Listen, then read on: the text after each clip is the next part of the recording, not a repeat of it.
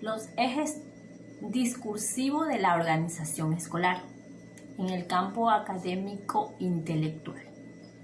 El campo, concepto. Originalmente proviene de Brownsville y ha sido empleado por Bernstein para describir metafóricamente los contextos internos y externos de la educación. Desde esta perspectiva, un campo es el resultado de la de las relaciones de fuerza y de lucha entre agentes o instituciones que tienden a transformar formas específicas de poder en lo económico, político y cultural. El campo intelectual de la educación es un subcampo de control constituido por agentes y agencias cuyas prácticas especializadas crean y reproducen los medios, contextos y posibilidades, considerando como fuentes importantes en las generaciones de las teorías, investigaciones, prácticas educativas, en los discursos y prácticas pedagógicas que circulan en el sistema educativo.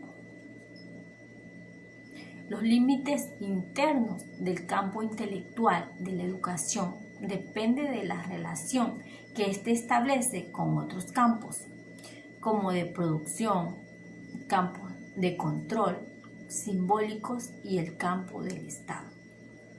Son los intelectuales de la educación un grupo de autónomos independientes del campo educativo. La producción del discurso teórico constituye una compleja relación entre instituciones y sujetos. Estudiar la producción discursiva es estudiar el discurso, no solamente como institución social, sino también como un sistema entre múltiples fuerzas. Significa estudiar las tensiones que existen en grupos intelectuales, académicos y profesionales por la autonomía discursiva. En algunos casos y por la hegemonía, el estatus y el poder, entre otros. El campo de producción educativa, desde esta perspectiva, sería no solo un simple agregado de individuos creadores, fundadores, sino un dominio que tendría el control sobre la producción, distribución y circulación de su discurso. La generación del discurso educativo daría lugar a la producción de una relación autónoma, social, que estaría regulado por prácticas específicas. Llamaremos a este campo intelectual de educación. El campo educativo estaría en lucha constante por la hegemonía de los grupos intelectuales. El campo intelectual de la educación puede considerarse como una fuente importante en la generación de posiciones de la teoría, investigación y práctica educativa, y en la producción parcial del discurso y las prácticas pedagógicas que circulan en el sistema educativo en los diferentes niveles. La organización escolar en la sociedad del conocimiento informatizado, las computadoras en la enseñanza. Al iniciarse en 1981 se anunciaba que una escuela primaria de México comenzaba a utilizar la computadora como apoyo para la enseñanza.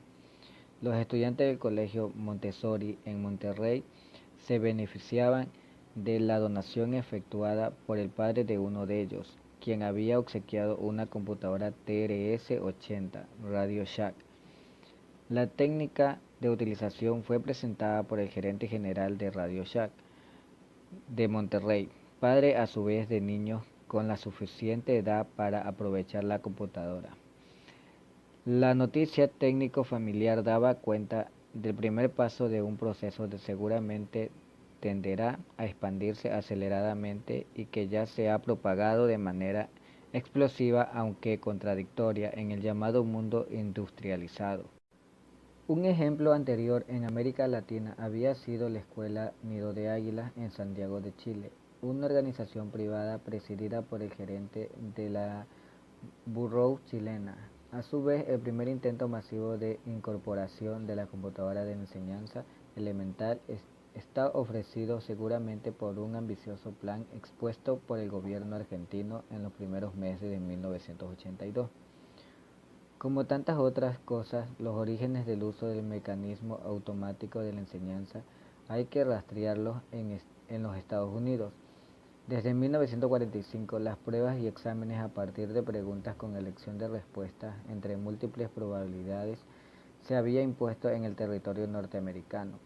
La carencia de maestros durante la guerra había estimulado el método. El alumno elige una respuesta, la marca, un programa efectúa las correcciones y los resultados se imprimen en la plantilla. ¿Cómo enseñan las computadoras? La relación entre computadoras y centros de enseñanza puede rastrearse desde los orígenes de estas máquinas. Si nos atenemos a los hechos aparentes, afirmaríamos que las computadoras nacieron en universidades.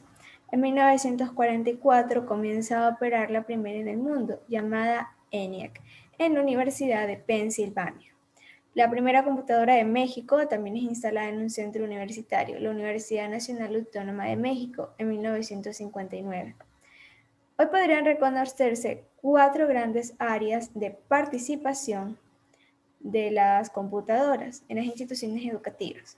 Primero, las computadoras en la educación, computadoras en la investigación, computadoras en los servicios educativos y de investigación y computadoras en la administración de la educación y la investigación. Las computadoras en educación abarcan esencialmente 3 niveles.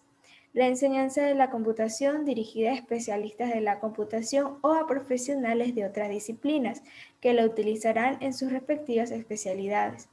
La computación como instrumento de enseñanza, que ha ido penetrando las áreas más diversas, desde las ingenierías a las ciencias sociales o literatura.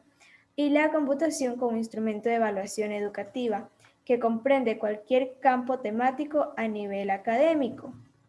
Desde 1969, por ejemplo, la Universidad Nacional Autónoma de México usa este tipo de instrumental para los exámenes de admisión. Pero cuando tratamos de la computadora como tecnología educativa, estamos refiriéndonos en primer lugar al segundo nivel, lo que se llama enseñanza por computadora o enseñanza con apoyo de la computadora. Es decir, todos los casos en el que el estudiante está comunicándose directamente con una computadora a través de un dispositivo de entrada y salida. Normalmente la entrada consiste en un teclado similar al de la máquina de escribir y la salida en una pantalla de televisión.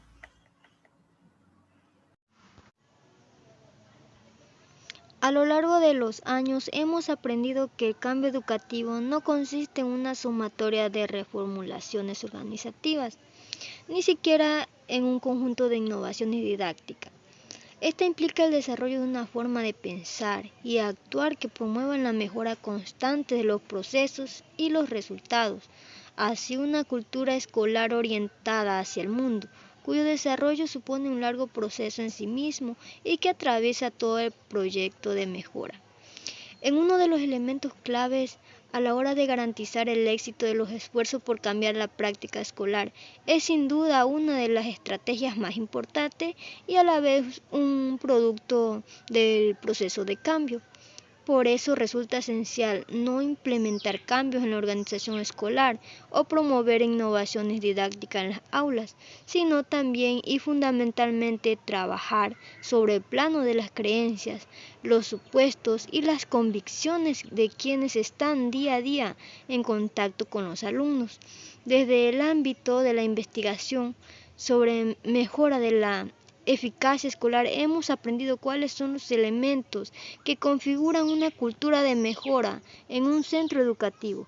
Los factores que constituyen dicha cultura son la presión externa para mejorar, la visión y metas compartidas, la historia de mejora, la autonomía utilizada por los centros educativos, la propiedad de la mejora, el compromiso y la motivación, la dirección escolar, la organización flexible, la estabilidad del profesorado, el tiempo y recursos didácticos de la mejora, y por último la disposición para convertirse en una comunidad profesional de aprendizaje.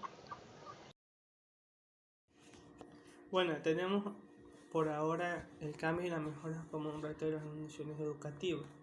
En una sociedad en cambio permanente exige de procesos y organizaciones adaptables que revisen sus formas de actuar, de acuerdo con las cambiantes necesidades del entorno.